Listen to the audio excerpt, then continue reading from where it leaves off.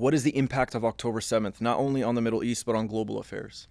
I think that what October 7th did was it brought everything to the fore. It's important to remember the week before October 7th, when Netanyahu went to the United Nations, held up that map that had erased Palestine, when he talked about normalization being the greatest deal since the end of the Cold War, when the Israeli ambassador told Cannes Television that normalization with Saudi Arabia means the complete Arab abandonment of the Palestinians, when Erdogan, when he saw the Middle East corridor announced at the G20 in India only a few months back, that Biden celebrated and hailed, that would essentially connect India, UAE, Saudi Arabia, Jordan, and Israel, and then enter into Europe.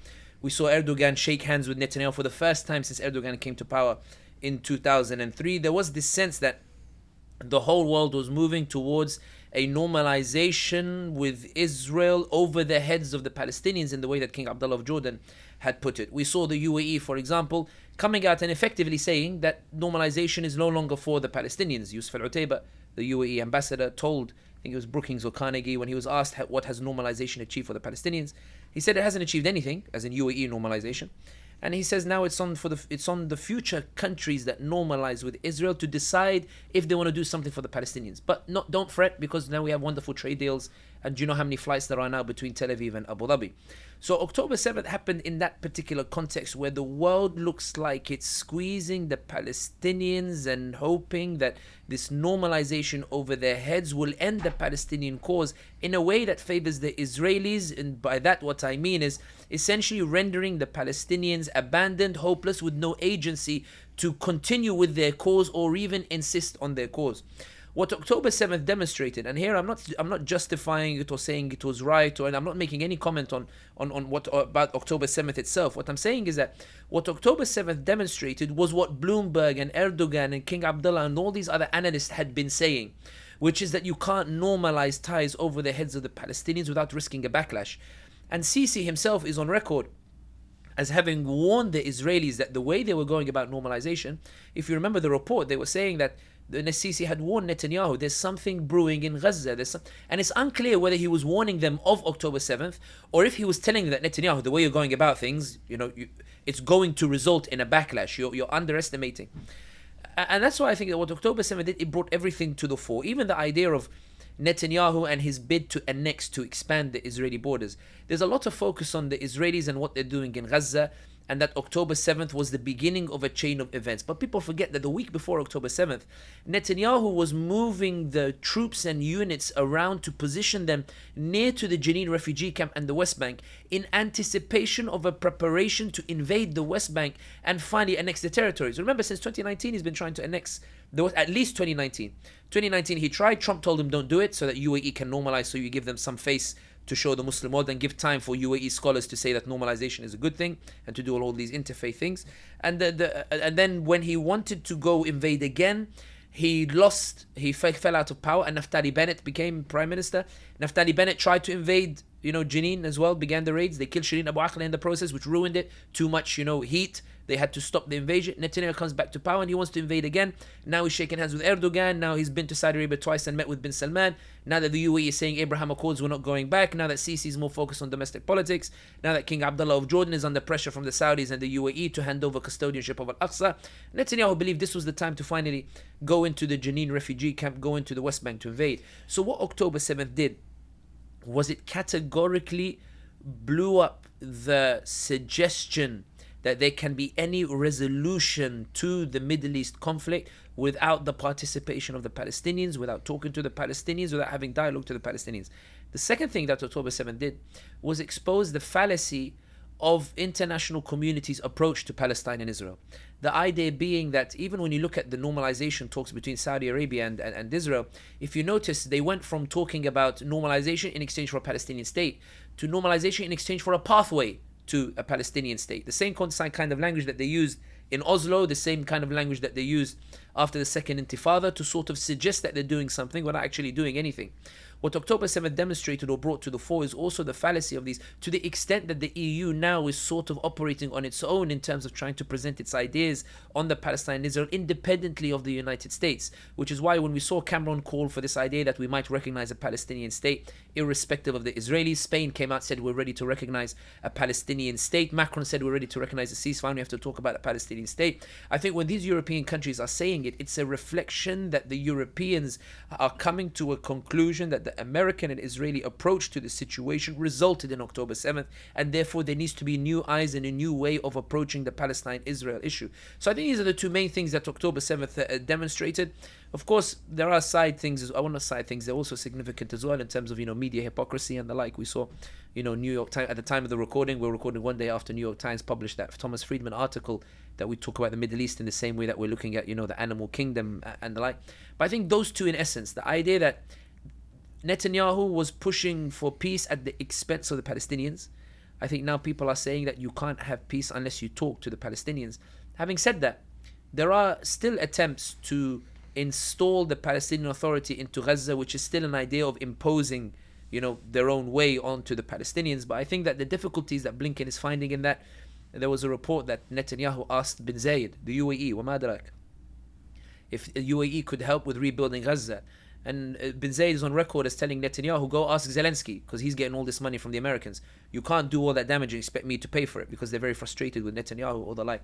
But the idea being that they're struggling to implement their way. But I think more broadly, those are the two main things. The idea you can't normalize at the expense of the Palestinians, and also the fallacy of the approach to Palestine-Israel, which is making what was once a united bloc behind Israel splinter off into different initiatives, which opens the door to a more in-depth discussion as to how exactly we should proceed on this. I want to ask you about the resistance, is what we'll call them, or Hummus, for the sake of the algorithm, so the video is not demonetized or deplatformed. Given the current situation, what really were they expecting to take place? Did they think that they could capture these hostages and that Israel would actually negotiate with them in good faith for the lives of the soldiers and the civilians captured?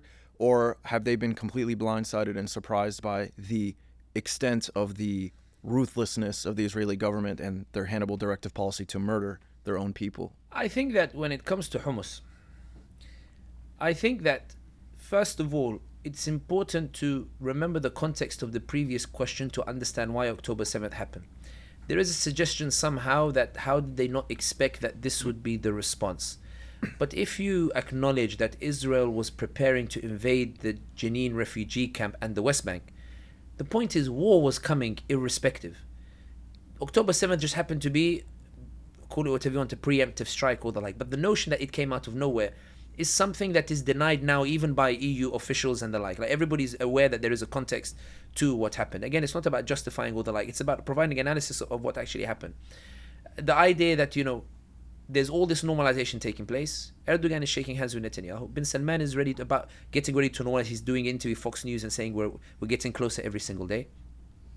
And Netanyahu understanding from all this normalization that now's the time to invade Jenin refugee camp. My point is, war was coming. Netanyahu was about to prepare in the West Bank, and one of the theories why there was no Gaza defense force when October 7th happened is because there are reports that Netanyahu had moved those units towards the West Bank in preparation for an invasion of the West Bank itself. So I think that's the first point. When we look at it, could they not have predicted it? That question presupposes that the status quo was sustainable, when in reality the status quo was reaching fever pitch after Netanyahu was receiving all these assurances that he could do what he wanted with impunity. The second thing that's worth noting is that when you look at, for example, the Hummus and how they are able to continue firing rockets at the Israelis, I think Kissinger had a really interesting statement where he said the issue with fighting guerrilla forces is that a conventional army loses if it does not win, whereas a guerrilla force wins so long as it does not lose. And I think Ghassan Abu Sitta, I saw a podcast of him, I think he was talking to Thinking Muslim or somebody else. I think Ghassan Abu Sitta made a statement where he said that we win by surviving, we win just by existing. And I think that's very much what is frustrating the Israelis, because you think about it this way, Israel objectively has absolutely decimated Gaza. We're talking almost 30,000 killed, we're talking 10,000 children, we're talking, mainly women, civilians, or like, we're talking about a genuine decimation of Gaza. But when you read the news, you don't get the sense that the Israelis are on the verge of any sort of victory, whether it's military or whether it's even like a moral or whether it's even a PR victory. On the contrary, the more Israel seems to be bombarding Gaza, the worse its image seems to be getting. Think about it. Israel militarily on the ground is decimating Gaza.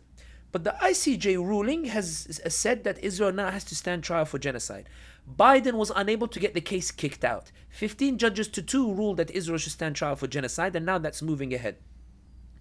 Macron says it's unsustainable, we need a ceasefire, and he called for a ceasefire before even asking Biden to do so, separated from Biden.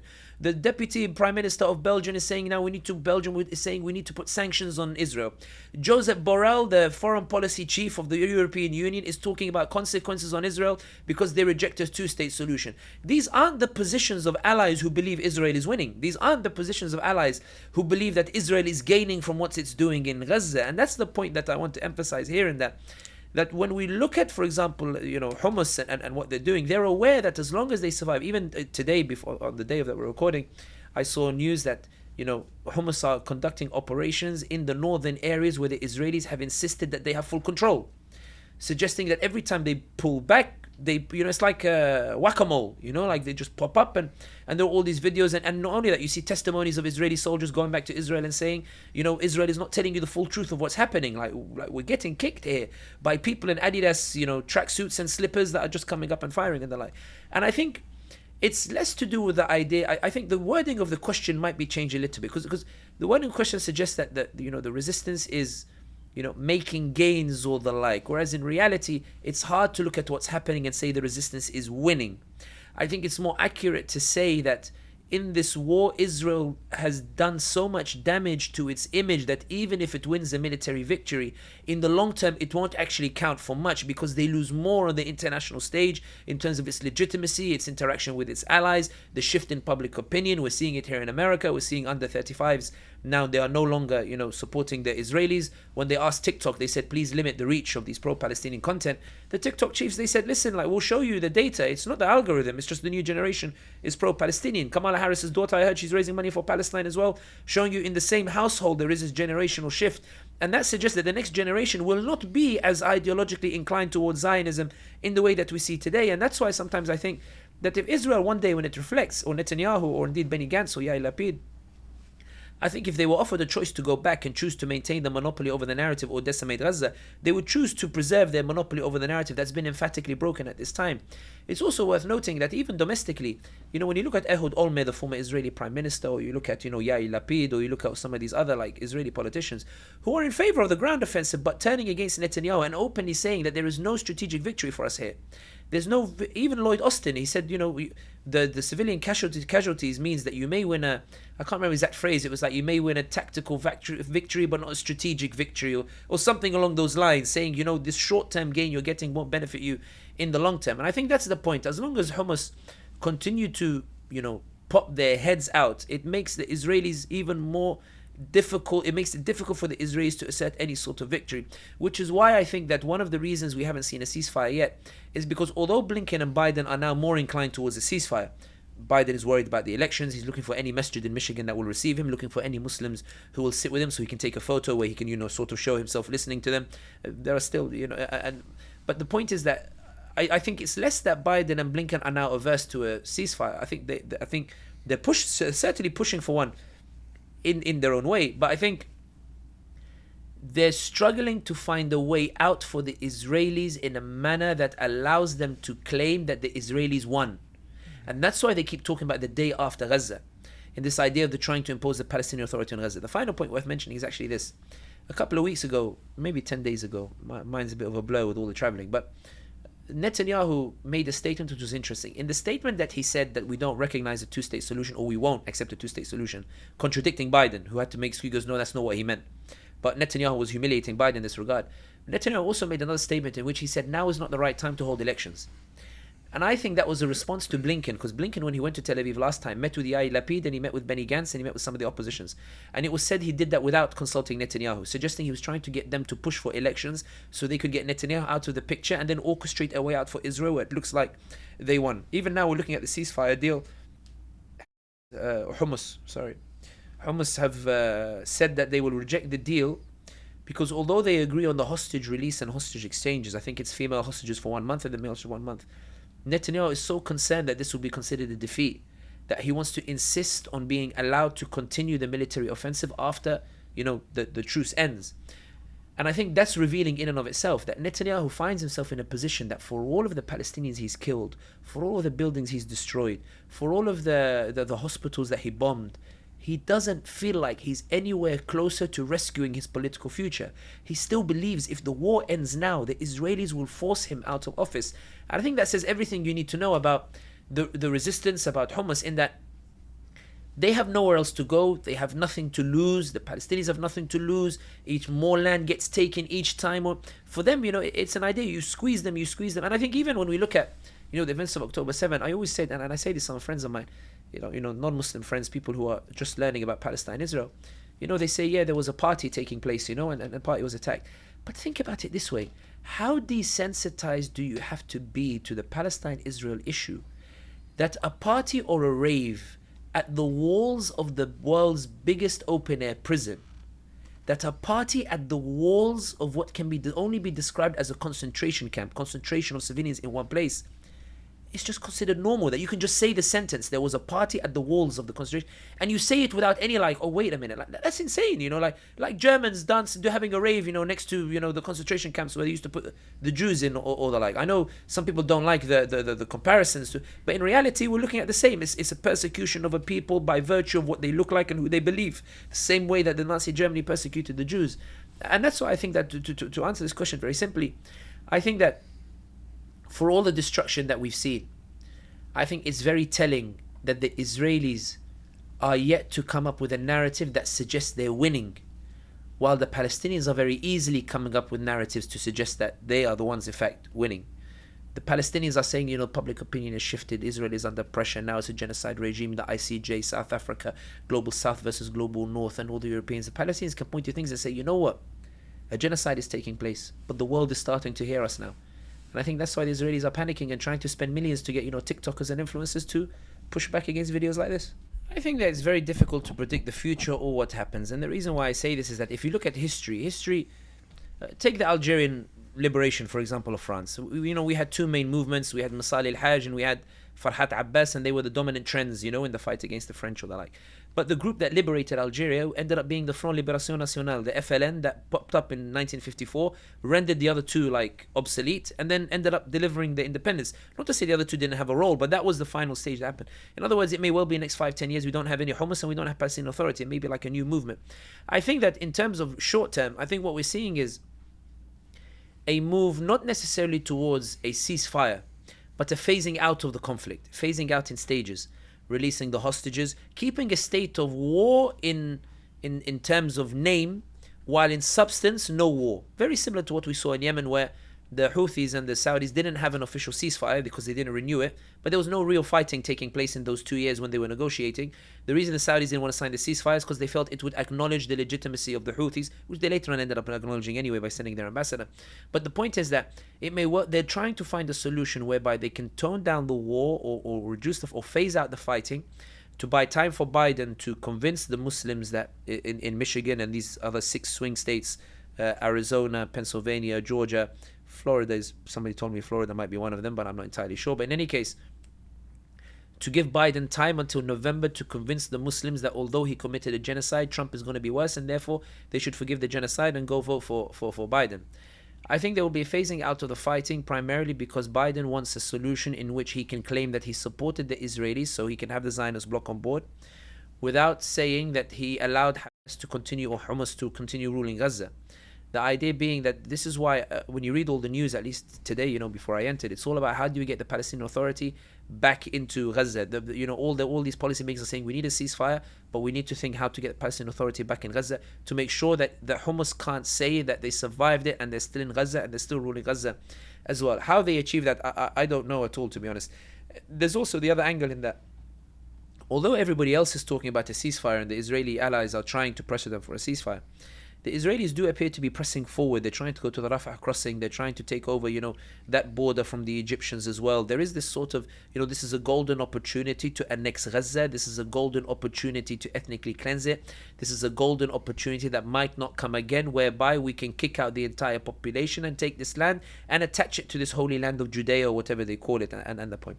And I think that in many ways is trumping the pressure to push for a ceasefire, and why Netanyahu is also resisting it as well. So although it looks like we're getting closer to a ceasefire, the closer we get to a ceasefire is also, we're also seeing an increased ferociousness of the assault on Gaza itself. But to answer your question simply, I think it won't necessarily be a ceasefire, although it could be. I mean, no one knows the future, but it could be a ceasefire. But I think that as it stands, it's more likely to be a phasing out of the fighting that allows room to make sure they don't recognize Hummus in Gaza, and allows a state of war where there's no fighting, but there are negotiations to bring amenable Palestinian parties to rule over Gaza itself. Having said that, there's also the other alternative, which is that when you look at the provocations that are taking place in the West Bank, remember, there's fighting in Gaza and genocide in Gaza. There's also flare-ups and a lot of fight taking place in the West Bank as Israel tries to take advantage to go into the West Bank itself. There could be another intifada. You never know. I mean, it's when you squeeze a population so much and you don't give them recourse, what ends up happening is you end up having this explosion, lashing out as well. So in reality, I'm not entirely sure what happens next. Primarily because it does appear that there's still a push to provide an environment of impunity for the Israelis. And although Biden is concerned about the elections in November, Biden is receiving assurances from certain Muslim groups in America and Muslim leaders in the region that Muslims will not punish him in November. And I know that sounds extraordinary, but I saw a tweet from an American Muslim who said that Biden still has a chance to win back the Muslim vote if he shows empathy and understanding about their feelings, that even after genocide 30,000, this American Muslim believes there's still hope to vote for Biden, because a man who committed genocide is better than a man who might commit genocide. Biden might be better than Trump. I'm not endorsing Trump in any way whatsoever. I'm saying that Biden, on the one hand, is reading in the paper that the Muslim vote intends to punish him, but he's being told by Muslim leaders and some Muslims in America that we won't punish you because we're so scared of Trump that we're willing to let go of the genocide. And I actually think that's one of the reasons why Biden, before he calls for a ceasefire, is testing the waters first domestically, sending his campaign manager to Michigan. Can we find people to meet us? Can we find masajid to meet us? Can we find these people to sit with us? And if he can find them, he will say, you know what? The Muslims are not a united bloc. They're divided. I think I can win enough of them in November. I don't need to call for a ceasefire. Let me expand this window and allow them to commit genocide further. Having said that, I do think the window of genocide is closing.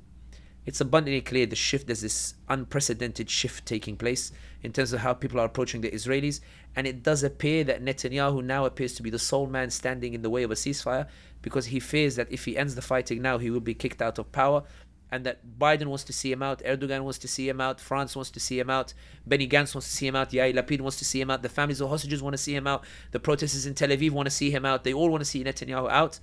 And I think it's more about how do we market this in a way that won't allow your podcast to say that the Israelis lost. And I think they haven't come up with that scenario. And given that, there's still, they believe there's still hope to mitigate the worst of the consequences, let's see how long it goes. Having said that, ceasefire talks are still ongoing, so you never know what will happen. Many Muslims are disappointed with the lack of action by Muslim and Arab states in the region. Some have called for war, while others would just like to see some sort of economic action. I personally don't think people understand the weakness and dependency these nations have on Israel in the West. Without trying to make excuses or provide justifications for what appears to be an absolute betrayal of the Palestinian people, I would like to go through the interests and positions of the Middle Eastern nations so that people can gain a deeper understanding of the complexity of the geopolitics of the region. I'd like to start first with Turkey. Erdogan has been quite vocal in his condemnation of Israel. However, many are disappointed with his lack of ability and or willingness to take economic action against the state of Israel. So can you break down for us Turkey's relations with Israel and the US to give us a better understanding of Erdogan's sensitive position? Let me make it clear. We're analyzing the position, we're not justifying it. You asked me to analyze the position. You didn't ask me my opinion on the position, and we're going to continue in that regard. I will just say one thing, because I noticed in your question about understanding that they don't have the power to do whatever. My job is a political risk consultant. There are many governments that they are also clients, and I advise their ambassadors, or sometimes their foreign ministries or the like. when you hear the questions they ask, we might believe that the Muslim world doesn't have agency. Their questions suggest that the Muslim world does. A lot of the questions are, what if this Muslim country does this? What if Turkey opens more military bases? What if, they express a concern over a scenario that agency might actually be deployed, and in asking that question they are affirming that they see agency in the Muslim world even if the Muslims don't see it, which is why I'm a firm believer that the Ummah always has power. It's just that there are conditions to manifest that power, and part of that condition is perseverance in the struggle that results from manifesting that power, which I think many of the Ummah are not necessarily ready for, particularly those in the West. I think other parts of the Ummah they are. But having putting that aside, let's put ourselves in the position of Recep Tayyip Erdogan. You find gas in the Eastern Mediterranean and you believe that you have a right to access that gas. The problem, however, is as a result of you standing with the Arab people in the Arab Spring, you alienated nearly everybody who is around the Mediterranean. Egypt, Syria, Israel, Lebanon not so much, but not only that, you, in order to access it, Greece also wants access, so does Cyprus. There are maritime issues, so you're falling out with Cyprus over the Turkish issue in the north because they don't want to recognize, they talk about two-state solution or one state or the like. And the Greeks are upset at your position on Cyprus as well. So if you look on the map, Greece doesn't like you, Cyprus doesn't like you, Israel doesn't like you, Syria doesn't like you, Egypt doesn't like you. So that's literally everybody that's relevant in that Mediterranean. In 2019, the UAE-backed warlord Khalifa Haftar in Libya launches an attack on the capital. If Haftar takes the capital, you know for a fact that your entire maritime interests in the Mediterranean will be at the mercy of those countries that don't like you. They will cut you out of any deal, and the proof is that Israel, Greece, and Egypt tried to sign their own economic zone with regards to access in there. And that's why when they tried to push back against Erdogan's access to the Mediterranean, that's why Erdogan announced that unilateral maritime border with Libya, where he literally just created a border and said, I'm allowed access because this is the border with Libya. Erdogan wrestles with the Israelis on that front, and he's wrestling with Saudi, wrestling with UAE, wrestling with the like. He takes in 5 million Syrian refugees, knowing it might cost him politically, domestically.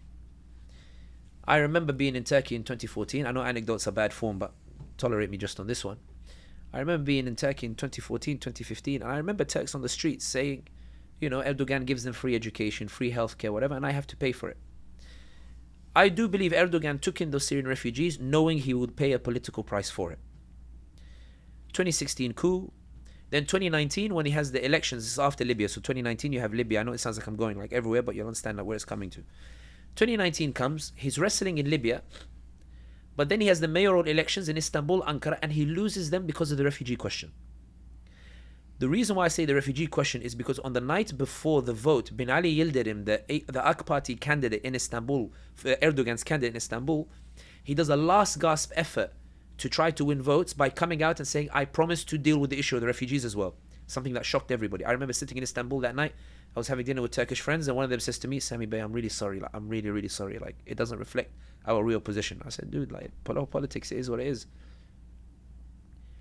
Erdogan wakes up one day after raising interest rates for 20 years and says, interest rates is haram. So I need to bring them down now violently. And the currency starts crashing. So the economy starts crashing. And then he has a presidential election, existential crisis. If he loses, the sense is that everything will be reversed. And he throws everything at this presidential election. 6 parties unite with Kilish Darulu. Erdogan wins the election, but the nationalists also get a sizable vote. So it's clear that people didn't vote for Erdogan, they voted against Kilish Darulu. I'm talking about the Muslims specifically, because Muslims 35-36% bloc. It's clear to Erdogan that these Muslim bloc did not vote in support of Erdogan, they voted in fear of Kilish Darulu, expressing their discontent with what Erdogan is doing. Erdogan says to himself, look, you know what? I'm struggling. I've got economic crisis. The Americans are on my back. They won't sell me F-16s and they're treating me badly. EU is not moving on the issue of the customs union. I'm wrestling in the Mediterranean. I need the access to the gas. They're trying to cut me out of that gas. He tried in 2021, he tried to invite the Israeli energy minister to Istanbul, and then the invitation got ruined by when Israel bombed Gaza again. Erdogan says, I'm stuck, I'm wrestling with Russia in Central Asia because they're upset that I set up the Turkic Council and I'm gaining influence in Central Asia, and Putin is trying to make a point. He sent troops to Kazakhstan to rescue the government, to send a message to the regimes that you might be getting closer to Erdogan, but I'm the real power here in this region. Erdogan says, you know what? I've done 10, 11 years of antagonism. I need a breathing space. I need a breathing space. And then he gets shocked and stunned when he reads the news that at the G20 summit, Saudi Arabia, UAE, Israel, and India have announced the Middle East corridor, which is going to be a direct challenge to the Belt and Silk Road of the Chinese. The Chinese are angry that it's been announced at the G20, and Turkey realizes, or Erdogan realizes, that the whole economic landscape of the region is going to change, and Turkey is going to be kicked out of it. It's going to. So Erdogan says, you know what? I need to slow down a bit. Goes to bin Salman, tells him, yeah, bin Salman, I'll kick out the Khashoggi case, please. And I asked if I'm sorry. I'm sorry. Let's just reconcile and let's make peace. Bin Salman doesn't forgive him because bin Salman believes Erdogan is the reason everybody found out. Erdogan could have just ignored it. So bin Salman tells him, on security issues, I'm happy to have some Bayraktars. Beyond that, I'm not. Don't count on me too much. UAE sees a golden opportunity. They invest 50 billion, and the UAE commentators, they say, look how the Sultan is selling out his allies now for us. And the Turks, they say, look, we're stuck, we can't do anything. And they tell, the Muslim Brotherhood allies in Istanbul, we need you to be quiet now on CC. And they thought it's a joke in the beginning, like it's a friendly. And then when they really start, they say, listen, no, we're serious. You need to stop. So they start leaving Istanbul. Bin Salman, then Erdogan says, you know what, Mediterranean gas, I don't need to be antagonistic. Haftar is no longer, taking over Tripoli because I intervened and the like. I want to make peace with Sisi so that I can agree on a deal on how we can extract that gas in the Mediterranean. And I want to talk to the Israelis to establish. So Erdogan says, look, I need a breather. I need to solve my currency. I'm going to talk to the Israelis about setting up a joint gas pipeline so we can all have access to the gas. I'm going to talk to the Saudis in the hope I get more investment so they can calm down in their lobbying against me. I'm going to talk to the UAE. They're going to invest, and we're going to work together in Libya, in Somalia, these other places, in Ethiopia and Sudan, where we have mutual interests as well. Even in Sudan, they have mutual interests. Turkey does have contacts with the other militia that is backed by the UAE. And Erdogan says, look, Muslims just need to understand. I tried, and now I'm struggling. Then Gaza, October 7th takes place, and it completely humiliates him, because at a time in which he's trying to wind things down, he's now being asked to escalate. So he comes out and he says, we want to be neutral and reconcile between. And the Turks get so angry at the stance that they start taking to the streets in protest, not only in support of Gaza, but in protest against Erdogan. There's a video that goes viral of a Turkish guy who says, Erdogan, you called us out in 2016 in the coup, and we came out for you. Call us out for Gaza. What are you doing? And Erdogan eventually, you see his speech start changing from very neutral to he does a rally where he gives them the speech that they want to hear. But he's very careful. He says, I can't work with Netanyahu. I don't want to talk to Netanyahu. I don't want to deal with Netanyahu. I don't want to with Netanyahu. To give something to the crowd while telling the Israelis, guys, come on, not now, of all the places. That's not to justify Erdogan's position. I truly believe, honestly, even analysis-wise, I believe that Erdogan does have convictions when it comes to Muslim issues. I don't think Turkey changes in the way that it's changed in the past 20 years unless you have conviction. I don't think you go to the Hagia Sophia for the first time in the history of secular Turkey the night before an election. I don't think a leader leaves Ataturk's grave, abandons, doesn't go there, and goes instead to Hagia Sophia. I don't think you do that unless you have conviction. I don't think you bring about those changes unless you have conviction. I do believe, this is why people say sometimes you're soft on Erdogan. It's because Erdogan, I hate the pragmatism, and I denounce it, and I think that it's wrong. That doesn't mean I think he doesn't have conviction. There's a difference between someone like bin Salman, who is proactively de-Islamizing the kingdom and showing no remorse for Gaza, for his personal interests, and between Erdogan, who pursues personal interests, but you can feel he's, it's like, I wish it did not have to be this way. I think there's a difference between that. And that's why I think with Erdogan for Gaza, he says, one, what can I realistically do? What I think he's under heavy pressure for is that there are reports, and I haven't confirmed them, but there are reports that Turkey, that trade, there's accusations, and it went around in social media, and this is what put pressure on Erdogan, that trade between Turkey and Israel increased 30% since October 7. Increased or decreased? Increased 30% since October 7. Now there are reports saying that Erdogan is taking Israel off the export list. This was last week, taking Israel off the export list. There was a list that went viral in Turkey that listed companies that are trading with the Israelis. And there were accusations, that people close to Erdogan, that they were also involved in this particular trade. It also caused a reflection of what Turkey has done, or Turkey has done for Palestine. By that, what I mean is, Egyptians, albeit I think they exaggerate a little bit, the Egyptians say we fought 2 wars for Palestine, which I think is a bit of an exaggeration, because the 2 wars were not really fought for Palestine. They were fought for other reasons, that Palestine happened to provide an umbrella under which they were able to fight. One of the fights was for Sinai, because it was taken by the Israelis. But you look at Turkey, even when they kicked out the Israeli ambassador, they didn't actually kick out the Israeli ambassador. Israel withdrew the ambassador because the Turks were so angry. And then Turkey left its ambassador for a few days and then realized it's untenable. I need to withdraw my ambassador as well. It's these things that raise doubts about Erdogan, and that it makes clear that Erdogan believes himself to be in such a situation that this October 7th came at the worst time. I need to tone down. I don't have the power to push forward. And that's why in reality he's become irrelevant to what's happening in Gaza and Palestine.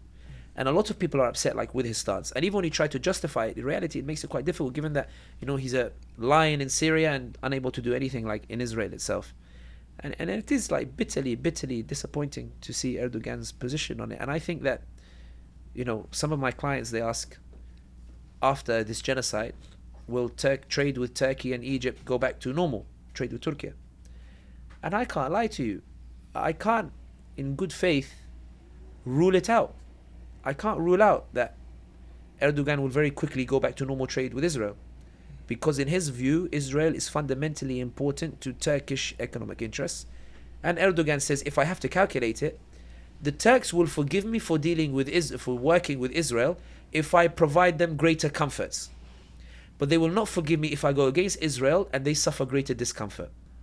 And I think in reality, that's why it's not that I'm soft on Erdogan, but I think he reflects a wider trend, which is like Pakistan, like Imran Khan, which is, at the end of the day, Imran Khan made a good statement. He said, they're not coming after me, they're coming after you. I'm just standing in the way. The point being that it's an environment that lends itself to Erdogan making these conclusions as well. Which is, if I knew the Turks had my back, if I did something on Israel, like they had my back, I'd probably do something. But I know if I go to Israel, the Turks won't have my back. Switching over to Jordan, same concept in the context of their position. So 50% of Jordan's population are Palestinians. Despite outrage, we've seen Jordan continue to do business with Israel. Most recently, they allowed goods to cross into Israel from overland routes in the Middle East corridor coming from the UAE through Saudi, and this is in response to the Houthi blockade of the Red Sea. Can you break down for us Jordan's position in all of this and help us understand their actions? I'll be honest with you, and it might displease some people. I want to go easy on the King Abdullah of Jordan. And I tell you why. King Abdullah of Jordan is in a very difficult position. It's not to justify the actions, but to give some context. King Abdullah of Jordan is aware that what's happening in Gaza puts him in a very difficult position with the Palestinian population in Jordan. And actually, he's been one of the loudest to condemn what's happening in Gaza, and also coming out and rejecting the day after plans that Blinken has been trying to impose. Jordan has been quite blunt diplomatically that it deeply resents the US stance. And one of the reasons why Biden went back on the Congress bill that he proposed on the 20th of October, the 14 billion to give to Egypt and Jordan to take in Palestinian refugees, is because King Abdullah put his foot down and said, I'm not taking them in. I will not allow you to drive these people out. You can't. It's a red line. The reason why I said in the beginning I'll go easy on him is because the greater threat to King Abdullah of Jordan is not actually the Palestinians or even the Israelis. It's Saudi Arabia and UAE. Saudi Arabia and UAE have been pressing the Jordanians to hand over custodianship of Al-Aqsa. To who? To them. So telling King Abdullah of Jordan, share the custodianship with us, with UAE and with Saudi Arabia. The reason that's significant is for 2 reasons. The first is that Hamad bin Jasser, the former Qatari Prime Minister, tweeted maybe a year ago, 2 years ago. The tweet is still up. He said there is an Arab country that is buying land around Al-Aqsa and handing it over to the Israelis. There are testimonies from Palestinians that I've spoken to who say that UAE is buying land and handing it over to the Israelis. if you remember, there was a coup, attempted coup last year on the Jordanian king. And 2 people were arrested. The brother that tried to do the coup and Saudi's man in Jordan. The arrest of Saudi's man in Jordan made it clear who King Abdullah thought was behind the coup. When you look at why does Saudi Arabia want custodianship of Al-Aqsa? One day I was sitting in a room of diplomats. I know anecdotes are bad form, but tolerate me with it. And during the session, one of the diplomats said, do you think it's possible that Saudi Arabia would hand over Al-Aqsa to the Israelis as part of normalization of ties with Israel? And my immediate reaction is absolutely not. Why on earth would you ask such a question? And they said because our Israeli counterparts are telling us that it's going to happen. And I was like, maybe they're speculating. And they go, no. There's a difference between maybe, or we're negotiating, or we're talking, or it's possible. They're not saying that. They're talking as if it's a done deal that Al-Aqsa will be handed over to the Israelis. I think that when you look at the way the Saudis are making concessions to the Israelis and the way the UAE are making concessions to the Israelis, and when you look at the way, for example, that Saudi Arabia throughout this genocide can only be described as being, in the Israeli camp, not in the Palestinian camp. Whether it's, asking the imams to come up with fatwas to say, don't talk about Gaza because it's a fitna, or whether it's bringing Shakira to dance on the night that the ground offensive begins, or bringing Jared Kushner to give a keynote speech to emphasize that normalization is still on the cards. Jared Kushner said it from the heart of Saudi Arabia. I think that the reason I go easy on King Abdullah of Jordan is because I think that for King Abdullah, he's aware that he's supremely isolated. Primarily because he's feeling the pressure even from the Arabs to do something on Al-Aqsa that will favor the Israelis. And that's why when the Saudi ambassador, went to Ramallah and they were trying to get the Palestinians to celebrate a potential normalization with Saudi Arabia, King Abdullah of Jordan protested. He said, you can't normalize over the heads of the Palestinians. This is wrong. You shouldn't be doing this kind of thing. And it's also why the Palestinians refused to allow the Saudi ambassador to pray in Al-Aqsa. So I think King Abdullah of Jordan is genuinely very worried about what's happening in Gaza, doesn't want to see the genocide, wants to see an end to it, but has no power really to do anything, and is desperately navigating pressure that is being brought to bear on him to betray the Palestinians and stab them in the back, and so far he's resisting that pressure. We've seen Israel bomb the Syrian airport dozens, if not hundreds of times over the last few years. Syria has been unable to deter Israeli attacks. Clearly weakened by the decade-long civil war and the presence of U.S. troops on their territory, I don't think anyone expects them to join the fight against Israel. Still, Syria has a role to play. Can you help us understand what their position might be? I think Syria is non-existent. It doesn't exist for it to have a role to play. I think that what Israel is bombing is now an Iranian proxy and pro-Iranian militias that are in Syria. Assad does not have the power to order a counterattack on Israel, does not have the power to resist Israel. When Israel is bombing Syria, it believes it's bombing Iran. And Iran is deciding whether Syria retaliates or not. Iran is deciding the mobilization of the forces on Syrian territory to apply pressure on Israel. Assad is out of the picture, impotent with no power whatsoever to do anything. On the contrary, Assad is more focused on Idlib and bombing Idlib. At the same time that there's a genocide taking place in Gaza, there's a bombardment of Idlib as he seeks to take advantage of the diversion of attention to the genocide to try to finish off those in Idlib and retake all of Syria. But he's struggling because the Turks are still bombing the Kurdish positions, and the Russians are there and the Americans are there. In other words, I think that when Israel is attacking Syria, I think that has much more to do with Iran. And I think in this particular context, Syria's role is primarily as a launch pad for Iran to keep the pressure up on Israel. And I think in reality it's a damning indictment on Syria itself. Bashar al-Assad destroyed the whole country. All the people wanted was a chance to choose their rulers and stop a family rule that lasts 2 decades. He said, I'd rather destroy and burn the whole country than allow the people to choose their own leaders. And Syria is now effectively irrelevant. Hezbollah has exchanged skirmishes and rocket fire with the Israelis for several months now. Despite the overly hyped propaganda videos, there is no doubt that they are applying pressure, even if it is slight. To date, over 100 Hezbollah soldiers have lost their lives in these skirmishes. Lebanon cannot afford another destructive war after decades of instability, hyperinflation, corruption, mismanagement, and the recent catastrophic port explosion. Given this, what role is Hezbollah currently playing? What role might they play next? And what are their interests in this situation? There's a very interesting timeline of events. So if you remember, Israel delayed its ground offensive. There was all this talk, when will it begin, will it happen, and the like. And one of the reasons they said it will delay is because they were concerned that if they invaded, then Hezbollah and the Iranian proxies would attack from behind, and that Iran was genuinely serious that it would escalate if the Israelis began a ground invasion. Reuters reported that it was leaked that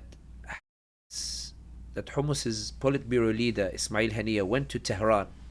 Was it Reuters or Times of Israel? I can't remember. But in any case, like somebody reported that Ismail Haniyeh had gone to Tehran and asked Khamenei, please, can you, increase your efforts, because we're under pressure. And Khamenei allegedly said to him, you didn't consult us before you did this. You didn't tell us this was happening. We were going through a period of de-escalation, of rapprochement. We were negotiating with Salman. We were talking to the Americans. We were trying to entrench ourselves. That we didn't need this at this moment in time. You didn't tell us this is the maximum that we're going to do. 3 days after that meeting took place, Israel began its ground offensive, suggesting that the Israelis found out that this was the maximum that the Iranians would do. These are the maximum that the proxies would do.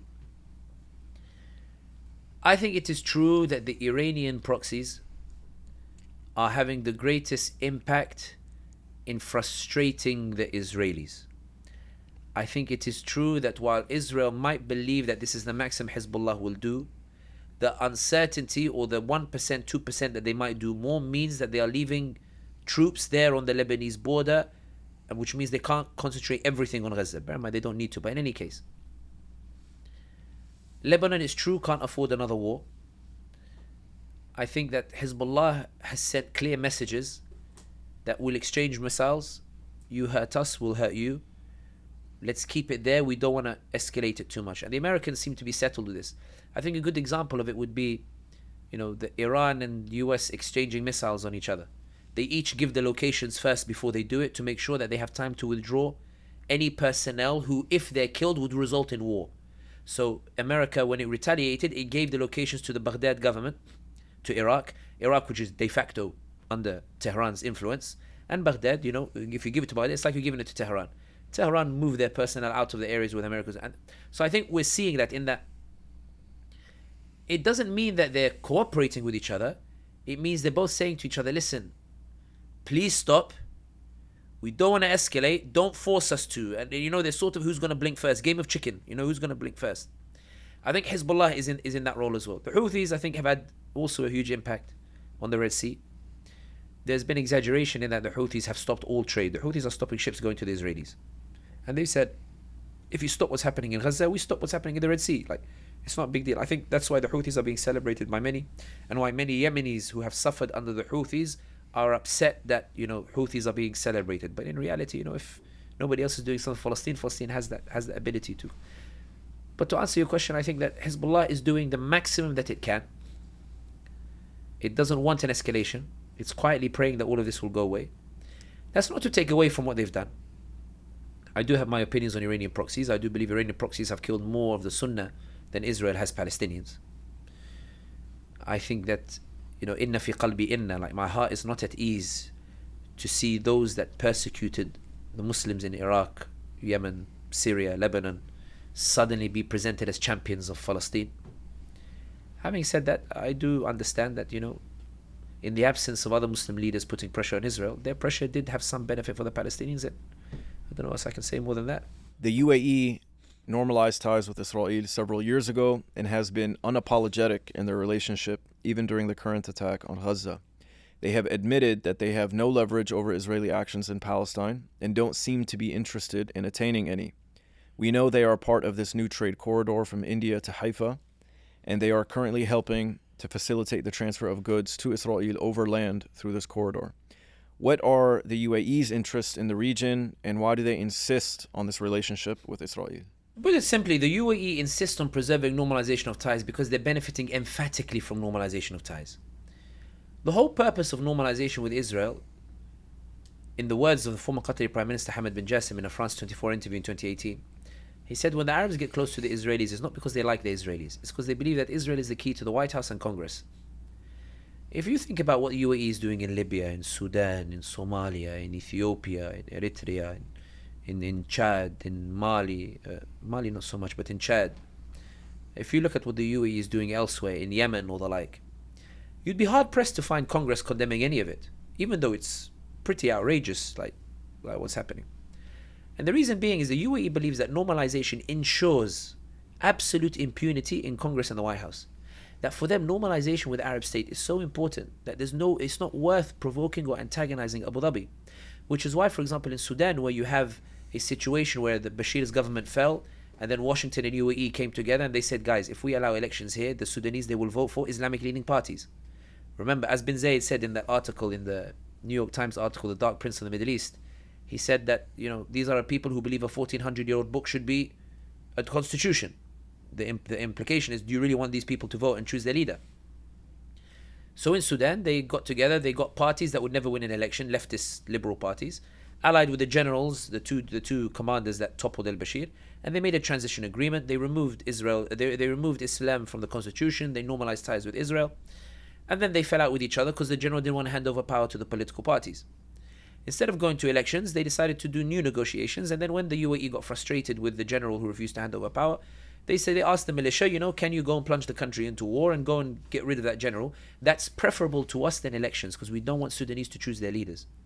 America knows all of this, but Congress doesn't say anything about it, or very rarely says anything about it, and doesn't actually call UAE out because normalization is so important. They don't want to jeopardize that normalization of ties. So the UAE believes, why am I going to compromise the impunity that I have secured through normalization of ties with Israel for the sake of Palestinians who aren't really going anywhere anyway? I think that's why for the UAE, they believe that the Abraham Accords are absolutely fundamental and essential, not because of any peace, they don't really care about the peace or not, but because of what the Israelis are providing in America in terms of the White House and Congress, where the UAE is becoming one of the primary influences on US foreign policy itself. The UAE also says, look, like Qatar 1996, first country to willingly normalize, and Qatar was the first country to receive an Israeli president in 2006 when Shimon Peres went to visit them. Sadat went to Israel, but Shimon Peres came to Qatar. So, and the UAE says, many scholars, they made excuses for it, like no problem, like it's and that's why even bin Salman is considering, he sees the impunity that UAE gets to enjoy, and he says this is with normalization of Israel, and there are scholars justifying normalization and saying it might be a good thing, maybe I can do the same thing as well. So the UAE, they say, listen, like at the end of the day, we've benefited from the Israelis, we're not interested in this Palestinian cause, like we're not, we believe it can be resolved with just a bit of money, like spraying money here and there, and what's happening in Gaza, if we have to make a statement, we'll make one. If we don't, we UAE, like Saudi, will take the brunt of what's happening as well. I think that's the sad tragedy, because you think that UAE, in my opinion, is one of the countries that can end the genocide tomorrow if it wanted to. If it kicked out the Israeli ambassador and reversed the Abraham Accords, I think the Americans would panic.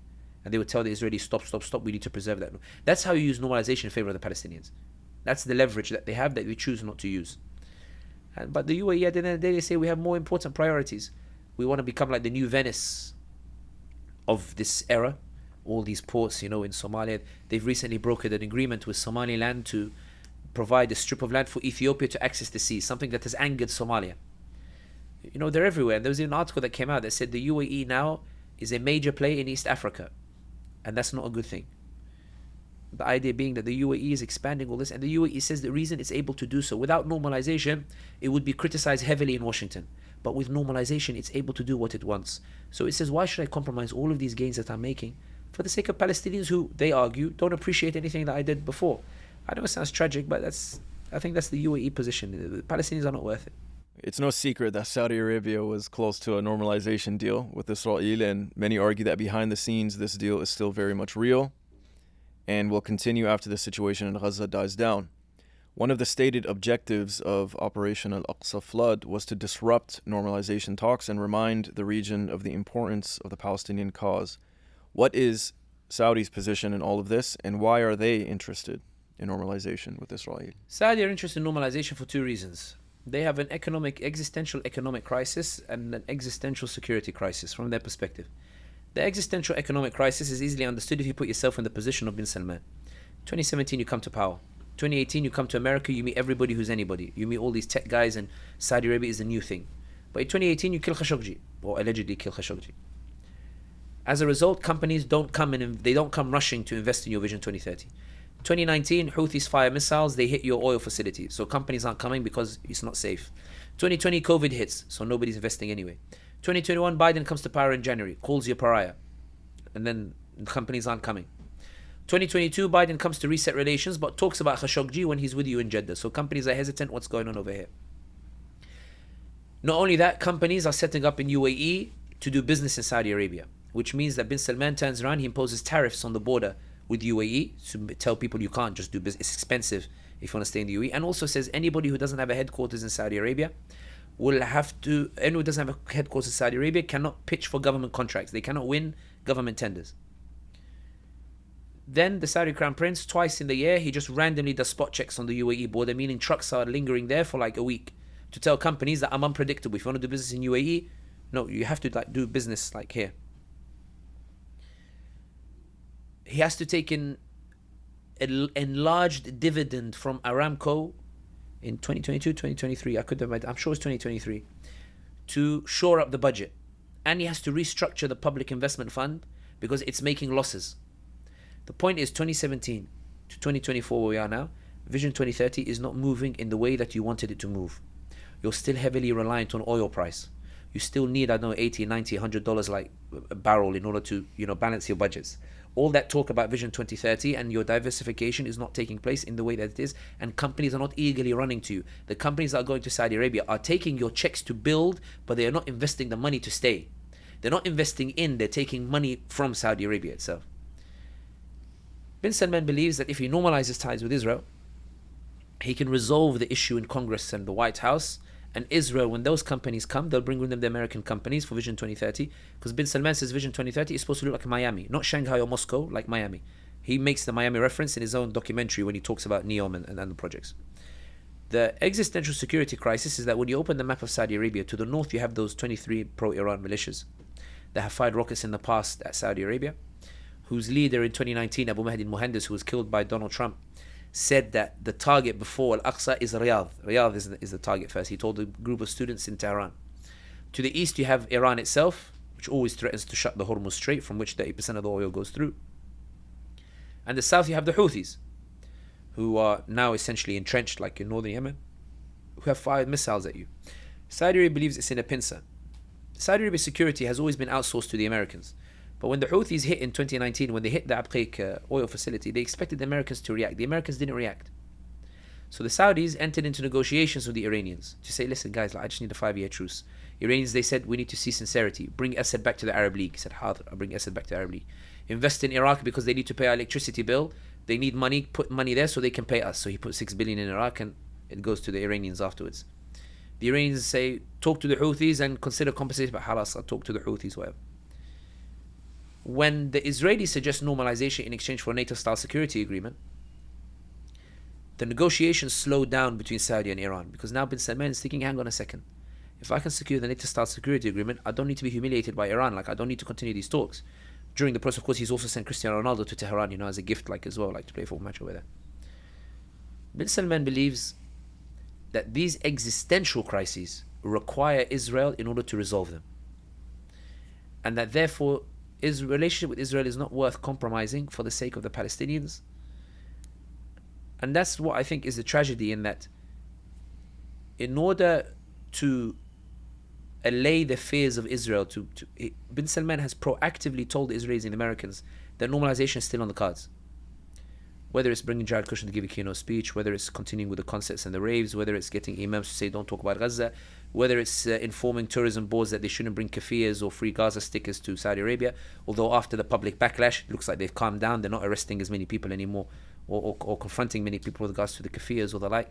The Saudi Crown Prince believes that normalization with Israel is the way forward, and he also believes he can do it. He wants to de-Islamize the kingdom, lowering the loudspeakers to 33% of the volume for the adhan, banning them for being used for the Quran, banning all masajid from broadcasting Taraweeh prayers except Mecca Medina, although Mecca Medina was a concession after a backlash when people thought would Mecca Medina be included. The reason being is that Bin Salman was frustrated that while he's doing all the raves and parties or the like, if you do hashtag Saudi on TikTok, you're just seeing qaris like from Riyadh, from Dammam, from whatever. He wanted to limit and restrict that to give greater viewership for the raves and the concerts. So he said, let's leave it to Mecca and Medina, so you have the hashtag Mecca and Medina, while hashtag Saudi can be limited to, or can be exclusive to, Red Sea Resort, Iggy Azalea twerking, Nicki Minaj, if she ever accepts an invitation, she rejected the first one. Or for example, Shakira coming to dance, or Tyson Fury and Ngannou, or the like. It's about, changing Saudi Arabia's image, or the like. The Saudi Crown Prince has been proactively reassuring the Israelis that, look, I want good ties, I'm ready to normalize, just give me the three things. Give me the NATO-style security agreement against Iran, because they're a threat to me, not the Israelis. Give me a nuclear technology to build a nuclear weapon, and give me support for Vision 2030. Make your companies come and invest. And Biden, before October 7th actually, told that it was, I think it was Reuters that reported it. He told the Saudis that I can't give you NATO-style security agreement, but I can give you a status like Bahrain, where we deploy a fleet that's exclusively designed to defend you. And Netanyahu was also reportedly to have agreed with the Americans to give nuclear technology to the Saudis in exchange for normalization of ties. So the Saudi Crown Prince Mohammed bin Salman says to himself, listen, I'm on the verge of resolving these two existential crises through normalization of ties with Israel. And not only that, if the Ummah made excuses for Qatar and UAE, why won't they make excuses for me? For example, the introduction of alcohol in Saudi Arabia. When the Qataris did the World Cup, remember initially they said no alcohol, and then they made a concession, they allowed alcohol in certain areas. There were some Saudis who commented on it at the time, and they said, this might be the way we can introduce alcohol, because look, there's no backlash. Qatar is being celebrated for introducing alcohol, but in limited places. Maybe we can do the same in Saudi Arabia itself. And sure enough, 1 year or 2 years later, now they're introducing alcohol, but for diplomats only. It's like gradually. There was a sheikh, he made like a semi-joke. He said to me, the Quran got rid of it gradually, but Salman is reintroducing it gradually. But the point is that when you look at bin Salman is going towards a particular direction. And he believes Israel is at the heart of it. And he believes he could find an Islamic justification for normalization. He has imams who could find him any Islamic justification. And he believes that these two existential crises are not worth compromising for Palestine. He's already, pressuring Jordan. He's already working with the Israelis. He's already allowed the Israeli national anthem at the EA Sports Tournament. He allowed Israeli sports team to participate in the Dakar Rally in 2021. He's allowed Israeli delegation to go to Medina. He allowed the Hindutva delegation as well, like to go to Medina as well, Medina Munawwara. The trajectory is clear, and I think bin Salman is just not as interested in, ummatic issues anymore. For him, it's not relevant for him. He's very pragmatic, Machiavellian. I need Israel to solve my two existential crises. I'm not going to compromise that for Palestine. Do you view the existential crisis as being serious enough to merit even the consideration of this normalization? My issue with the existential crises is not that I deny them. I believe they are legitimate fears, genuinely. I don't deny that at all. I do think that Iran is an imminent threat to Saudi Arabia, 100%. I believe the economy badly needs to be diversified, 100%. What I disagree with is the methodology through which he's decided to resolve those two. The reason Iran has a project in the region, this idea of, Khomeini, I think it was Khomeini who once put it, he said, Allah gave the Khilafah to the Arabs, the Turks, the Kurds, the Berbers, and this is the time for the Persians. Iran has a project that unites the Shia in the region. So much so that you can't buy Hassan Nasrallah. You can't buy Muqtada Sadr. You can't buy Houthis. Saudis have tried. They've spent millions trying to buy these organizations. They can't buy them because they believe in an ideology. Hassan Nasrallah crossed over the border from Lebanon to Syria and rescued Bashar al-Assad in 2013-2014 in Qusayr, knowing full well he was about to lose all of the credit that he'd got from the Sunni world from his war with Israel in 2006, 2008, I think. So, for him, the loyalty to the cause was worth compromising all of that goodwill because they believe in something. The Saudis don't have an equivalent project. My issue, for example, is that, when you look at the economic diversification, there's so much in the Muslim world that you could diversify. You could have opened the visa and let the Muslims go Mecca, Medina, then go to Taif and go to Tabuk and go to these other places. In terms of startups, you don't need the Israelis or the likes to do your startup. You have startups, you can invest it in Singapore and these other places or the like and do your own and set up like your own model. You don't need to de-Islamize Saudi Arabia in order to achieve that, grandeur. If the issue was perhaps the strict interpretation of Saudi Arabia, the solution is not to go from, strict interpretation to bikini beaches in Jeddah. It's to shift it, away, like through scholarly discussion and the like. That's why I don't deny the urgency of the existential crisis in Saudi Arabia. And I think it would be unfair for anybody to do that. I just believe that bin Salman's approach to resolving them is one that will lead to even more disaster for Saudi Arabia itself. I mean, you consider, bin Salman had come out and said, Bismillah wa salatu wa salam, Rasulullah, we will not tolerate the genocide, and we're taking a position, and we've gathered leaders. He would have been a hero. People would have forgiven him for all those concerts. They would have forgiven him for standing on top of the Kaaba. They would have forgiven him for all the things. I would have said, you know what, mashallah, batal, like he's doing something now. But you feel like bin Salman, his vision of Saudi Arabia is one in which Islam is no longer part of the identity. When he changes the date of the founding of the kingdom from 1744 to 1727, 1744, the Saudis used to always say that the Saudi Arabia was established in 1744 when Muhammad bin Abdul Wahhab shakes hands with Muhammad al Saud, and they make a pact in which they agree to re-establish Quran and Sunnah in Saudi Arabia. Whatever you think of them is irrelevant. I'm saying that the Saudis point to the founding of their kingdom as a pact to uphold Islam, which is why the Saudi princes would always say Allah gave us dominion because we agreed to go out and uphold Islam, and why King Salman, when he was Emir of Riyadh, he wrote in 2008 in the Riyadh newspaper, he wrote that the founding of Saudi Arabia was not a tribal endeavor, nor what is a human ideological endeavor. It was an Islamic endeavor to establish Quran and Sunnah. Whether it's true or not is irrelevant. The point is where they see the Saudi identity rooted in. Bin Salman changed from 1744 to 1727, which is the year that Muhammad al Saud becomes leader of the clan in a small town outside of Riyadh called Dir'iyah. And the emblem that he uses to celebrate it is a horse, a palm tree, a door, and a souk, like a market. And the flag he puts in the middle has like no writing in it. So he's saying this is what represents Saudi Arabia. There's no Islamic symbolism. Even the picture that he uses of Dir'iyah to explain the emblem doesn't have any minarets on it. The point is, like, there's this clear, he believes that to resolve the existential crisis, he needs to divorce the Saudi identity from Islam. He needs to create a new nationalist Saudi identity that is divorced from the Islamic undertones that define the Saudi identity. Whether you agree or not is irrelevant, but that define the Saudi identity. King Abdulaziz of Saudi Arabia, who founded the latest kingdom, when they visit him in Mina, they said to him, you know, people, they call you Wahhabis. He said, they call us Wahhabis, but we're not. We're just conservative Muslims that set out to establish Quran and Sunnah. Again, whether you agree or not is irrelevant. My point is, look at how they define the Saudi identity. They defined it as rooted in something that is Islam. Bin Salman is saying, no, it's not rooted in Islam. It's rooted in tribal endeavor. It's rooted in being Saudi, being Arabi, being... Islam is sort of a side thing that you put on the side. And that's where I think if Saudi divorces from its Islamic identity, I don't think they'll have the means to resolve those two existential crises, because what it will do instead is, in a region where Islam remains the primary idea that the region sympathizes with, and the proof is that after 90 years of top-down secularism in Tunisia, first free and fair elections, Islamist parties win. Egypt, after all of those movies and Abdel Nasser laughing at the hijab and that kind of stuff and whatnot, first free and fair elections, Islamists win. Libya, the Islamists came second officially, but if you count those 70 independent candidates, Islamic leading, individuals, they come first. Wherever you go, whoever says, I'm holding the flag of Islam, they're the ones who get supported. I think in a region, that's what you need to tap into to get the support that you need in order to resolve those existential crises. And that's where I don't deny that bin Salman has existential crises. I don't deny that he needs to move urgently to fix them. I don't deny that there's anything wrong with economic diversification. I think that his conclusion that the solution is to divorce the identity from Islam is what is going to be catastrophic for Saudi Arabia. It's understood that Israel wants to push the people of Gaza into the Sinai Desert, or at least they wanted to. They tried during the Trump era, and they have been speaking openly about it now. We know Egypt has $162 billion in debt. There have been suggestions that the U.S. and Israel would help arrange to have that debt wiped or reduced somehow. Can you talk to us about Egypt's position in this current situation and what their interests are? Sisi is aware that if he opens that border and the Palestinians come rushing through and they set up in the Sinai Desert in refugee camps, he knows that Israel will never allow them to return to Gaza again.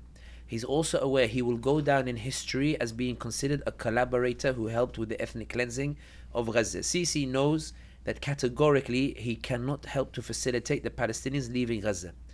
Of course, I say that. The stories of the borders are that if you pay $9,000 to the Egyptians on the border, you can cross. But that doesn't necessarily mean that Sisi is telling them to take those bribes. I think it just shows the state of affairs in Egypt, where you can bypass everything by paying bribes. When Blinken went to visit Sisi, if you remember his first visit to Tel Aviv, and then he was supposed to go back to Washington, then he went back to Saudi Arabia, and he went to Saudi Arabia, he got the fatwa, don't talk about Gaza because it's a fitna. He went to UAE, he got a statement condemning the Palestinians. But when he went to Egypt expecting the same sort of response that he got from Saudi and the UAE, he got the opposite. Sisi turned on the camera and lambasted Blinken for 45 minutes. Tell him, what do you mean you came to Tel Aviv? You said, I'm here as a Jew. We never persecuted the Jews here. That's something unique to you Europeans. Touche to whatever you think of Sisi, it was a decent speech. Not only that, when Blinken suggested that they open the border and take in the Palestinians, Sami Shukri, the foreign minister, the Financial Times reported that Sami Shukri had told someone privately, or told the gathering privately, that if they force us to take the Palestinians, we'll load the Palestinians on boats and send them straight to Europe. Like, we won't be forced into this. When Blinken went back to Washington, Blinken seemed to have interpreted it as a money issue. And that's where the rumors came out that the US might forgive some debt or ease the debt. In reality, what happened was Biden on the 20th of October proposed to Congress a $14 billion bill in which that money would be given to Egypt and Jordan in order to facilitate funding those tents for the Palestinians. But on the 28th of October, Biden came out and said, we no longer support the displacement of the Palestinians. And I thought Biden was lying because he lied about the beheaded babies. But John Kirby confirmed it the next day. The reason being is that Sisi dug his heels in. He made it absolutely clear, I'm not willing to take in like those Palestinians and come across the border. Sisi has a problem in that he doesn't enjoy popular support. He has an economic crisis on his hands, and Egypt is boiling. Like, the people are boiling. There was a video, I think, of an Egyptian guy walking through a hay, like an area, you know, like where apartment blocks are. And he's saying, yeah, Ibadallah, you know, like there's a genocide taking place in Gaza right across the border and we can't do anything like them. And everybody's crying around him, you know, like coming out the windows. Like, you could feel like people are very angry. Sisi's issue is that economically, none of his mega projects have worked. He did an early election because he knows he has to devalue the Egyptian pound, which is going to make things even harder for ordinary Egyptians, but it's a requirement in order to seek external help for his economy. The interesting thing is, why did he have to do an early election if he was completely in power? He did the early election so that no rival of his can use the election as a means to topple him later when he devalues the pound and the people decide to protest or riot, which shows that Sisi believes, that election showed that Sisi believes he's not in complete control as he would like to be. So that was a betrayal of weakness. Sisi believes that he's being treated unfairly by the Israelis and the Americans, that he helped them to blockade Gaza. He helped them with intelligence efforts. He helped them to contain Hamas. He helped them to contain the Palestinian people. He collaborated and you know, worked with them on security and the like. You know, he was a good friend to them. There was a Wall Street Journal article in 2015, I think I remember, where Israeli officials complained to the Americans and they said Sisi is too eager to squeeze the Palestinians. If he keeps going the way he is, they're going to explode and he's going to bring a war on us. I tell Sisi, calm down, don't be so excited. Like, Mubarak used to close the border and leave the tunnels. This guy's flooding the tunnels as well. Like, come on, like, give him a bit of air to breathe. We're squeezing on this side, give them some air. I think Sisi feels like he's not being appreciated by the Americans or the Israelis. Having said that, the interesting thing is it has pushed Sisi to develop closer ties with Hummus, because that gives him leverage as a mediator to talk to them. And I think Sisi's in an awkward position whereby when he thought that maybe Palestine might give him popular legitimacy, remember he allowed protests for the first time since 2013 or 2014. He lifted the restrictions. He was hoping that the people would protest for Palestine. He knew it was a gamble. He was worried that people would take to the streets in huge numbers for Palestine, but then go to Maidan al-Tahrir and they would protest against him instead. Which is what happened. People protested for Palestine and then like a group of them went to Tahrir Square. He went, okay, like, it's clear like the people are not with me. If I allow them to protest for Palestine, they will come and protest against me instead and they will topple me instead. And that's why Sisi is in this very awkward situation whereby he keeps saying to the Egyptian people, be grateful for what you have, be grateful you're not Gaza, be great. He went to Somalia next to the Somalian, you know, president. And the Somalian president said, thank you for your cooperation. And in front of the Somalian president, he speaks to the camera and he says, to my Egyptian people, I send you a message. Somalia fell into chaos in 91, 92, and they've never recovered since. They're always in chaos. Like, he's offending the Somalis. He's like, he goes, do you want to be like that? Like, he's like, you know, you need to like appreciate me. Like, no, it's really like, when you read it, you're like, yo, wow, like, it's the. But Sisi feels isolated from his people, from the Americans, from the Israelis, from the UAE, which is bullying him in Sudan. Bin Zayed went to visit Egypt 3 days before Sudan plunged into war. And what was fascinating is that none of us could understand why UAE, why Bin Zayed went to Sisi, because they were arguing over economic like investments and stuff like that. And then 3 days later, the war begins, and the UAE's, you know, UAE-backed militia in Sudan, they detain 80 Egyptian soldiers in Marawi airport in Khartoum. which is humiliating for Sisi. And everybody knows it's the UAE that have held them hostage to strong-arm Sisi into not intervening to rescue the general who they support. So Egypt is with the general and UAE is with the militia trying to topple the general. Sisi is in such an awkward position that when the 80 soldiers were released, the Egyptian statement thanked the UAE. Like, thank the UAE which orchestrated, but thank the UAE for releasing those hostages to show you how Sisi feels like he's not in a position to mobilize anyway. And that's why I think that, to sum up Sisi, it's not that he cares about Palestinians or Gaza. Like, Sisi feels like, I invested so much with the Israelis and the Americans, and now look how they're treating me. UAE and Saudi are no longer investing in me because they invested like more than 30 billion like over the past like 10 years. They received nothing, and they're openly saying that they won't invest in me anymore unless the army gives up some of its control over the economy. And if I tell the army to give up some of its control over the economy, they might lash out at me and replace me. So Sisi looks right, he has trouble. Looks left, he has trouble. Looks up, he has trouble. Looks down, and he has no idea what to do except go on TV and tell the Egyptian people, Egyptians, please understand that we're in a difficult position, but you need to appreciate me because I will guide you out of this position. And, you know, at this moment, his only leverage is communications with Hummus and the hope that somehow he will... Even now, the Israelis, now they're sending troops, so aid when it goes into Gaza, it goes past the Egyptian border. But then it has to be inspected by the Israelis, who are right on his border with Rafah. Like, it's humiliating for an Egyptian army that the Israelis are there and, you know, on the Egyptian side, they're the ones controlling the border. But it also speaks volumes as to Sisi's weakness, that he's unable to actually do anything. Having said that, he might have a potential outlet. Erdogan, there's reports that he might meet Sisi. And that Turkey and Egypt might cooperate together on economic projects or the like. And Erdogan is reaching out to Sisi to say, I know you're isolated as well. Maybe we can work together on multiple projects. Where that goes, who knows? But yeah, Sisi is in a very difficult position. Sounds like all of the leaders are, with the exception maybe of MBS. He has maybe some more creative freedom to... But on that point, they're all in a difficult position. That doesn't mean they don't have the power to do anything. I truly believe that if Saudi said tomorrow that as a result of 30,000 Palestinians being killed through a genocide, that's a red line. There's no normalization talks here. And if UAE said Abraham Accords was never supposed to facilitate 30,000 Palestinians killed, we're kicking out the Israeli ambassador and we're reversing normalization of ties. And if Morocco comes out and it says you haven't even delivered on Western Sahara, so the normalization was useless anyway, and you've killed 30,000 Palestinians, red line, we're kicking out the Israeli ambassador. I think the Americans tomorrow would rush to Tel Aviv and say, stop it, you're about to undo the deals of the century. I truly believe it. That's why when people say they want Muslim countries to go to war, they don't need to. They don't need to send armies. They have the ability without armies to stop the genocide. But they choose not to. They choose not to. That's why there are people who are suggesting, that, maybe normalization in exchange for end to genocide. The reason I don't accept the argument is because that argument should only be considered when we've already used the powers that are at our disposal. The Muslim leaders haven't.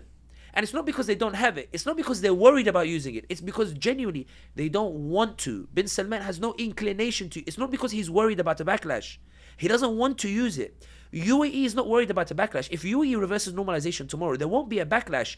There will be a begging tour from US delegation to UAE to say, please, please, please reverse course. The same way that Biden sent the highest level delegation to the funeral of Mohammed bin Zayed's brother who died, the former president, Khalifa bin Zayed, I think.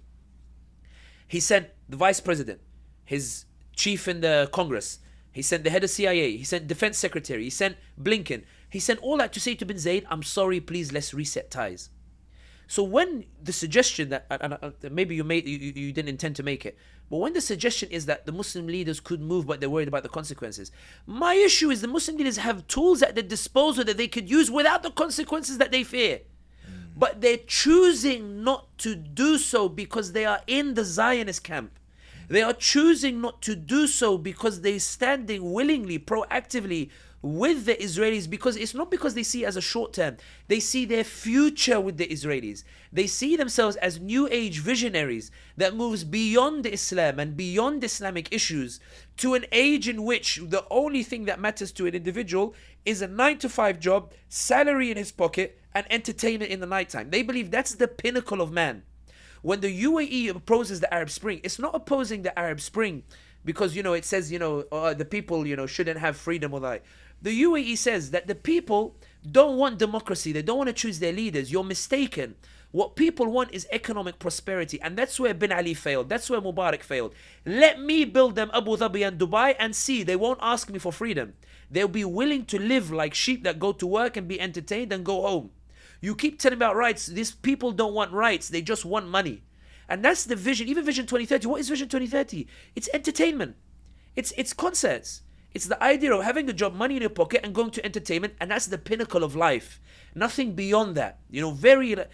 And that's the issue that I have, is that if they were trying to do something but they were worried about the consequences, maybe Erdogan slightly maybe has that, but even then, like, there are things he could do that perhaps he shouldn't have, that he should have done. Like, I think it's humiliating that the Israelis had to withdraw the ambassador rather than him kicking out the ambassador. But the point is, they have power to do something without the consequences that you're suggesting they might suffer. But they choose not to do so. And that's why you cannot tell the story of the genocide without talking about the phenomenal betrayal of the Arab leaders, which is so outrageous, especially when you consider the lengths that they went to, including deploying the imams of the state to come out and find Islamic rulings to say, don't talk about Gaza because it's fitna, make dua, maybe add tears for added effect, but don't talk about it because it might turn you against your leader, and you should trust that your leader knows what they're doing, even if they bring Shakira to dance on the night of the ground invasion. It's not the leaders are worried about the consequences. They're choosing not to do anything about the genocide. Trust nothing. No lies.